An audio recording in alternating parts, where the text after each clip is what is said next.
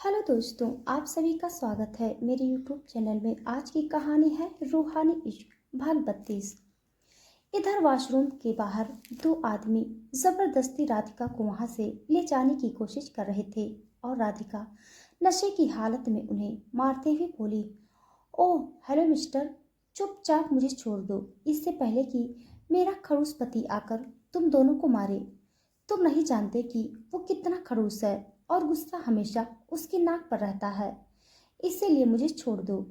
पर वो दोनों उसकी बात को इग्नोर करते हैं। उनमें से एक आदमी राधिका के बालों को पकड़ते हुए बोला, ए लड़की, चुपचाप हमारे साथ चल, वरना मैं तेरा वो हाल करूंगा कि तू कहीं बोलने लायक नहीं रहेगी। आह, मेरे बाल को छोड़ो। तभी शिविन उन आदमी के हाथ को पकड़कर मारते हुए गुस्से में बोला, how dare you to touch her. Shivin उस आदमी के हाथ को तोड़ देता है। शिविन उन दोनों को बुरी तरह से मार देता है। तभी शिविन की बॉडीगार्ड की टीम उन दोनों आदमियों को अपने साथ ले जाती है। उनके जाते ही राधिका शिविन को गले लगाती हुई बोली, मैंने उनसे बोला था कि मुझे छोड़ दें, वरना मेरे खड़ूस पति उनका बुरा हाल कर देंगे। तुमने ड्रिंक क्यों किया? कब से शराब पीने लगी हो तुम? राधिका ने आंखें छोटी करते हुए कहा, मैंने शराब नहीं पी, वो लेमनेट थी, बहुत कड़वी लेमनेट थी। वो लेमनेट नहीं, वो वोदका था। राधिका, क्या? तो उस आदमी ने मुझे शराब पिला दी? नहीं, तुमने खुद 2 गिलास पी लिए। तो इसमें मेरी क्या गलती, क्योंकि मेरा ध्यान तो सिर्फ आप पर था। आप उस लड़की से इतना हंस हंस कर बातें किए जा रहे थे। खुद मुझे मना करते हो कि मुझे किसी लड़के के पास नहीं जाना है और खुद दूसरे के पास खुश हो रहे थे। तो वो बात खुद पर भी अप्लाई करनी चाहिए, जैसे आप मुझे किसी और के साथ नहीं देख सकते, ऐसे में भी क्या आपको किसी और के साथ देख सकती हूँ, समझे? शिविन हंसते हुए बोला, इसका मतलब कोई जेलस हो रहा है। पर जैसा आपको ऑर्डर प्रिय, मैं किसी लड़की के पास नहीं जाऊंगा। पर अभी हमें घर जाने की ज़रूरत है, क्योंकि मैं तुम्हें यहाँ इस हालत में नहीं छोड़ सकता, वरना तुम क्या करोगी ये मैं भी नहीं जानता। इसी बीच राधिका लड़खड़ा कर पीछे जा रही थी और अचानक दीवार से टकरा गई। फिर दीवार पर हाथ रखकर बोली, ये दीवार है या पहाड़? ये खुद चलकर मुझे टक्कर मार रही है। शिविन हंसते हुए उसे अपनी बाहों में उठा लेता है। वो दीवार ही है और वो तुम्हारे पास नहीं, बल्कि तुम उसके पास जा रही हो। रघुवंशी मेंशन। शिविन राधिका को बेड पर बिठाकर राधिका के पैरों में से उसकी हील्स निकालने लगता है। आप तो कहते हो कि शिविन रघुवंशी कभी किसी के सामने नहीं झुकता, लेकिन आप मेरे सामने क्यों झुक रहे हो? वो इसीलिए क्योंकि तुम किसी में नहीं आती और तुम्हारे सामने मुझे हर पल झुक कर रहना पड़े तो मुझे वो भी मंजूर है। मेरा ईगो तुम्हारे लिए बिल्कुल नहीं है, क्योंकि तुम मेरी अर्धांगिनी हो और अर्धांगिनी के सामने झुक कर रहा जाता है, न कि उसे झुकाकर। राधिका ने खड़े होकर अपनी बाहें शिविन के गर्दन के चारों तरफ लपेट ली। आपको पता है, मैं आपके बिना बातों की वजह से आपसे नफरत नहीं कर पा रही हूँ, आपसे दूर नहीं जा पा रही हूँ। कहीं आप ये सब जानबूझकर तो नहीं कर रहे? क्या आप सच में मुझे इतना प्यार करते हैं? लेकिन आप कैसे कर सकते हैं? शिविन अपना हाथ राधिका की कमर पर रखकर उसे पास लाते हुए बोला, तो तुम्हें मुझसे नफरत करने की जरूरत नहीं है और ना ही मुझसे दूर जाने की। और हाँ, मैं तुमसे प्यार नहीं करता हूँ। क्या आप मुझसे प्यार नहीं करते? पर राधिका सैड एक्सप्रेशन के साथ जैसे ही शिविन से दूर जाने को होती है, तभी शिविन वापस उसे पास लाते हुए बोला, पहले पूरी बात तो सुन लो। हाँ, मैं तुमसे प्यार नहीं करता क्योंकि मुझे तुमसे मोहब्बत है, क्योंकि प्यार तो हर किसी से हो सकता है, लेकिन मोहब्बत सिर्फ एक ही इंसान से होती है और मेरी मोहब्बत तुम हो। ये सुनते ही राधिका के सैड एक्सप्रेशन चेंज हो जाते हैं। वो प्यार भरी नजरों से शिविन को देख रही थी। आपको पता है कि मैंने इस रिश्ते को 1 महीने का वक्त दिया था। मैं देखना चाहती थी कि अगर 1 महीने के बाद मेरा दिल आपके साथ रहने को चाहे या मैं आपसे जुड़ना चाहूँ तो मैं आपको छोड़कर नहीं जाऊँगी। लेकिन अगर मेरे दिल में 1 महीने के बाद भी आपके लिए कुछ चेंज नहीं हुआ तो मैं छोड़ दूँगी। पर सच कहूँ तो आपसे दूर जाने के ख्याल से ही मुझे बेचैनी होने लगती है। ये ख्याल मुझे बिल्कुल अच्छा नहीं लगता। मैं जानती हूँ कि हमारे रिश्ते में बहुत गलतफहमियाँ आई हैं, बहुत कुछ ऐसा हुआ है जो शायद नहीं होना चाहिए था, लेकिन उसके बाद भी मेरा दिल हमेशा आपके पास रहने को कहता है। जब आप मेरे नज़दीक आते हैं तो मेरी धड़कनें रुक सी जाती हैं। मुझे ये एहसास अच्छा लगता है। मुझे अच्छा लगता है जब आप मेरी फिक्र करते हैं, जब आप जेलस होते हैं, जब आप मुझे परेशान करते हैं और जब आप मेरा नाम अपने नाम से जोड़ते हैं। मुझे सब अच्छा लगता है। और जब आप उस लड़की से इतना हंसकर बातें कर रहे थे तो मुझे बहुत गुस्सा आ रहा था, लेकिन मैं ये भी सोच रही थी कि जब मैं आपसे प्यार नहीं करती तो मुझे इस बात पर गुस्सा क्यों आ रहा है। लेकिन अब मैं जान चुकी हूँ शिविन, राधिका की बातों में खो रहा था। वो राधिका को ध्यान से सुन रहा था क्योंकि राधिका आज उसके सामने अपने दिल की बातें रख रही थी जो शायद वो कभी होश में रहकर न कह पाती। क्या पता चल चुका है राधिका? राधिका शिविन के चेहरे के नजदीक जाते हुए धीरे से बोली, यही कि मुझे भी आपसे मोहब्बत हो गई है मिस्टर शिविन रघुवंशी। ये सुनते ही शिविन एकदम फ्रीज हो गया। उसके दिल ने कुछ पल के लिए धड़कना ही बंद कर दिया, क्योंकि जो बात वो राधिका से सुनने के लिए बेसब्री से इंतजार कर रहा था वो बात राधिका ने अनजाने में ही सही, लेकिन उसने अपने दिल की बात बता दी। और शिविन पहली बार राधिका के मुंह से अपना नाम सुनकर उसकी खुशी का ठिकाना ही नहीं था। वो उसके चेहरे को अपने हाथों में लेते हुए बोला, क्या कहा तुमने राधिका? प्लीज एक बार और कहो। राधिका मुस्कुराते हुए बोली, मुझे आपसे मोहब्बत हो गई है शिविन रघुवंशी। क्या अब आपको सुनाई दिया? और इतना कहते ही राधिका अपने होठों को शिविन के होठों पर रख देती है। ये दोनों एक दूसरे में खो रहे थे। राधिका धीरे से शिविन की गर्दन पर किस और बाइट कर रही थी। वो इस बात से बिल्कुल अनजान थी कि आज नशे की हालत में वो क्या कर रही है। कुछ देर तक राधिका शिविन को गले लगाती है और वो उसके बाद तुरंत बेड पर लेटकर सो जाती है। शिविन उसे कंबल उड़ाते हुए उसके माथे पर किस करते हुए बोला, आखिरकार तुमने अपने दिल की बात मुझसे बोल ही दी, लेकिन मुझे इंतजार रहेगा उस दिन का जब तुम अपने दिल की बात नशे में ना कहकर बल्कि होश में रहकर मुझसे कहो। लेकिन आई एम श्योर कि अगर तुम्हें इनसे कोई बात याद भी रह गई तो तुम ज़रूर पछताओगी, लेकिन तुम्हें परेशान करने में और भी मज़ा आएगा, क्योंकि मुझे भी देखना है कि तुम अपनी फीलिंग्स को कितने दिन तक छुपाती हो।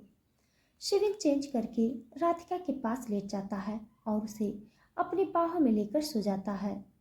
राधिका भी उसकी बाहों में चैन से सो रही थी।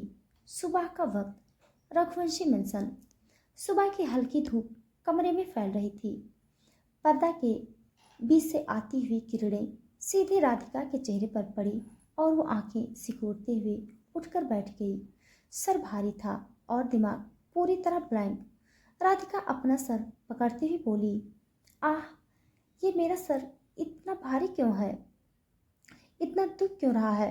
मुझे कल याद क्यों नहीं आ रहा? मतलब पार्टी में यहाँ कब आई? राधिका ये सब सोचते हुए जल्दी से शावर लेती है। वो रेडी होकर जैसे ही नीचे पहुंचती है उसकी नज़र पड़ती है कि शिविन ऑलरेडी डाइनिंग टेबल पर बैठा हुआ था। राधिका भी शिविन की साइड वाली चेयर पर जाकर बैठ जाती है। तभी रमा जी नींबू पानी का गिलास रखती हैं। रमा जी, अभी सुबह सुबह नींबू पानी क्यों लेकर आई हैं?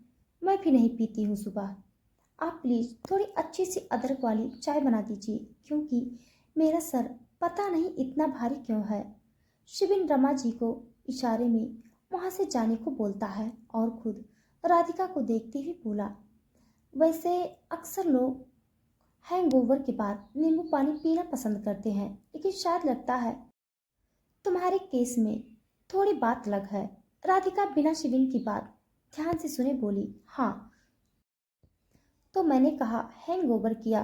क्या? आपने कभी क्या कहा? मैंने हैंगओवर किया। राधिका हैरानी से शिविन को देख रही थी। ये देख शिविन अपनी स्माइल को छुपाते हुए टीचिंग टोन में बोला, वेल हाँ तुमने अभी यही कहा और हैंगओवर की वजह से ही तुम्हारा सर भारी है। पर मैं ड्रिंक नहीं करती हूँ मिस्टर रघुवंशी, ये आप क्या कह रहे हैं? हाँ मैं जानता हूँ कि आप ड्रिंक नहीं करती, लेकिन कल पार्टी में आपने लेमनेड की जगह गलती से वोडका पी ली थी, क्योंकि आपका ध्यान कहीं और ज़्यादा था कि आपने बिना ग्लास को देखे एक ही बार में सारा ग्लास पी लिया, और वो भी 2 शॉट। क्या? हाँ मैंने ये क्या कर दिया? मैंने आज तक कभी ड्रिंक करने के बारे में सोचा भी नहीं, और मैंने 2 शॉट्स वोदका पी ली। हे कान्हा, हमें माफ़ कर दीजिएगा। शिविन हंसते हुए बोला, relax Mrs Raghuvanshi, it was just a mistake. आपने जानबूझकर थोड़ी ना पी है, और अच्छा ही हुआ कि आपने पी ली। Thanks to your beloved Krishna. इसमें अच्छा जैसा तो कुछ नहीं है। तभी राधिका की नज़र शिविन की गर्दन पर पड़ती है, जहाँ लव बाइट का निशान था। राधिका अपनी भौहें सिकोड़ते हुए बोली, मिस्टर रघुवंशी, ये आपकी गर्दन पर कैसा निशान है? शिविन बिना राधिका की तरफ देखते हुए बोला, मच्छर। राधिका मुंह बनाते हुए बोली, मच्छर? इस तरह का निशान कौन सा मच्छर देता है भला? या अब आपके लिए भी स्पेशल मच्छर है यहाँ पर? शिविन बस किसी तरह अपनी हंसी को कंट्रोल कर रहा था। Well it's a secret, but जो भी हो वो बहुत ही टैलेंटेड मच्छर था। मुझे इतना भी हैंगओवर नहीं हुआ कि मैं आपकी इन स्टूपिड बातों में आ जाऊं। इसीलिए बातों को घुमाने के बजाय सीधा सीधा बताएं कि ये निशान कैसा है। शिविन कप को टेबल पर रखा, राधिका के पास झुकते हुए बोला, आप चाहो तो मैं बता दूंगा, लेकिन उसके बाद आपको ही रिग्रेट होगा, और मुझे ये डाउट है कि क्या आप उसे बात को हैंडल कर पाएंगी या नहीं। राधिका फ्रस्ट्रेटेड होते हुए बोली, मैं हैंडल कर सकती हूँ, तो इसीलिए आप जल्दी से बताएं और ये पहेली बुझाना बंद कीजिए। सिविन उठकर हंसते हुए बोला, थोड़ा पेशेंस रखिए मिसेस रघुवंशी, आपके शेर नशा के कारनामे मैं बहुत धीरे धीरे सुनाऊंगा, क्योंकि मैं बहुत अच्छे से जानता हूँ कि अगर मैं अभी आपको बताया तो आपका क्या रिएक्शन होगा। तो मैं पहले थोड़ा काम कर लेता हूँ, और उसके बाद मैं जल्दी आ जाऊँगा, तो मैं आपको आराम से बताऊँगा, इससे थोड़ा और मज़ा आ जाएगा। और इतना कहकर शिविर वहाँ से ऑफिस के लिए निकल जाता है, वह राधिका को कंफ्यूज करके। राधिका उसे जाते हुए देखकर बोली, एक तो मेरा सर इतना दुख रहा है, और ऊपर से इनको सुबह सुबह पहेली बुझाना दिख रहा है। साफ साफ बता नहीं देते, आए बड़े ज्यादा मजा लेने वाले। ईशाज हाउस। ईशा मिरर में खुद को देखते हुए बोली, अब मुझे और वेट नहीं हो रहा, अब वक्त आ गया है। ईशा जल्दी से अपना फ़ोन अपने बेड से उठाती है और लोकेशन के साथ एक मैसेज सेंड करती है। इधर ईशान अपने अपार्टमेंट के रूफ में लैपटॉप में कुछ काम कर रहा था, तभी उसके फ़ोन पर एक मैसेज आता है। ईशान उसे देखकर बोला, इसे मुझसे क्यों मिलना है? ईशान सिर्फ एक ओके के साथ रिप्लाई करता है और ऑफिस के लिए रेडी हो जाता है। दोपहर का वक्त। ईशा एक कैफे में बैठे हुए किसी का वेट कर रही थी। कुछ देर बाद ईशान उसके पास जाकर उसके सामने वाली चेयर पर बैठते हुए बोला, हेलो मिस बकबक, बताओ तुमने मुझे यहाँ मिलने के लिए क्यों बुलाया? खुद के लिए बकबक सुनकर ईशा उसे घूरते हुए बोली, ओ मिस्टर अकड़ू, तमीज से मेरा नाम ईशा है, समझे? वेल तुम्हारा नाम भी ईशा है, ईशान, ना कि अकड़ू। ईशा उसकी बात को इग्नोर करते हुए बोली, पहले तुम ये बताओ तुम क्या पीना चाहोगे, वरना हम दोनों की बात शुरू होने से पहले ही खत्म हो जाएगी कैपुचिनो। वो दोनों के लिए कैपुचिनो ऑर्डर कर देती है। कुछ देर बाद एक वेटर उन दोनों के लिए 2 कैपुचिनो लेकर आता है। ईशा एक गहरी सांस लेकर ईशान की तरफ देखते हुए बोली, एक्चुअली मैंने तुम्हें यहाँ कुछ कॉफ़ी इम्पोर्टेंट बताने के लिए बुलाया है। ईशान कॉफ़ी पीते हुए बोला, मैं सुन रहा हूँ, बोलो। I think I have feeling for you. मैं तुम्हें पसंद करती हूँ और तुम भी सिंगल हो, मैं भी सिंगल हूँ, तो चलो डेट करते हैं। ये सुनते ही वो चॉक्ड इन हिज कॉफ़ी। वो ईशा को हैरानी से देखते हुए बोला, क्या कहा तुमने भी? ईशा एक क्यूट सी स्माइल करते हुए बोली, यही कि मुझे लगता है मैं तुम्हें बहुत ज़्यादा पसंद करती हूँ, इसीलिए मैं चाहूँगी कि हम दोनों डेट करें। मैं जब से तुम्हें पहली बार देखा है, मैं तब से ही तुम्हें पसंद करती हूँ। मतलब सिर्फ तुम्हें लगता है, ना कि तुम अपने फ्रेंड्स के बारे में। हम तो इस बात को इतना नॉर्मल कैसे बोल सकती हो? नहीं, मतलब मेरा मतलब था कि खैर छोड़ो, मैं सीरियस हूँ इस बात पर। इस बात को नॉर्मल ही तो बोला जाएगा। ऑफिस में ड्रामा करने की तो कुछ ज़रूरत नहीं है। नहीं, मैं तुम्हें डेट नहीं कर सकता हूँ। क्यों? तुम क्यों मुझे डेट नहीं कर सकती? तुमने तो उस दिन कहा था कि तुम सिंगल हो, तो फिर? हाँ, मैं सिंगल हूँ, पर इसका मतलब तो नहीं कि मैं तुमसे डेट करने के लिए भी तैयार हूँ, किसी को भी। और वैसे भी तुम मेरी टाइप की नहीं हो। कितना बोलती हो तुम। अगर मैं तुम्हें डेट करना शुरू कर दिया, सुबह सारे मेरे कानों की तो बैंड बज जाएगी। उसे इस तरह स्माइल देख ईशा मुंह बनाकर उसे घूरते हुए बोली, व्हाट डू यू मीन कि मैं तुम्हारे टाइप की नहीं हूँ? और तुमने ही तो कहा था कि तुम एक अच्छे लिसनर हो, तो अब तुम्हें मेरे बोलने से भी प्रॉब्लम हो रही है। हाँ, मैं समझ गई, तुम भाव खा रहे हो। मिस्टर, तुम सुन लो ध्यान से। तुम सिंगल इसीलिए नहीं हो कि तुम किसी को डेट नहीं करना चाहते, बल्कि तुम सिंगल इसीलिए हो कि कोई तुम्हें डेट नहीं करना चाहता। कि तुम मैंने एक नंबर के अकड़ू हो। और वो तो शुक्र मनाओ कि मैं तुमसे डेट के लिए पूछ ली हूँ, वरना मेरे पीछे न जाने कितने लड़कों की लाइन लगी है। वो तो बस मैं तरस खाकर तुमसे पूछी डेट करने को। Oh really? पर मुझे तो तुम्हारे पीछे कोई लाइन नहीं दिखाई दे रही है। तुम्हें दिखाई देगा भी नहीं। और इतना कहकर राधिका उसे घूर कर वहाँ से निकल जाती है और ईशान स्माइल करते हुए उसे देख रहा था। रघुवंशी मेंशन। इधर राधिका कल रात के बारे में याद करने की कोशिश कर रही थी, लेकिन उसे कुछ याद नहीं आ रहा था और इसी तरह बार बार इधर उधर घूमने के बाद उसके सामने कल रात की कुछ फ्लैशबैक आने लगती है। उसे धीरे धीरे खुद की कही बातें और शिविन को किस करना याद आ रहा था। हालांकि वो थोड़ा ब्लू और इस क्लेरी में बिल्कुल सब कुछ याद नहीं आया था।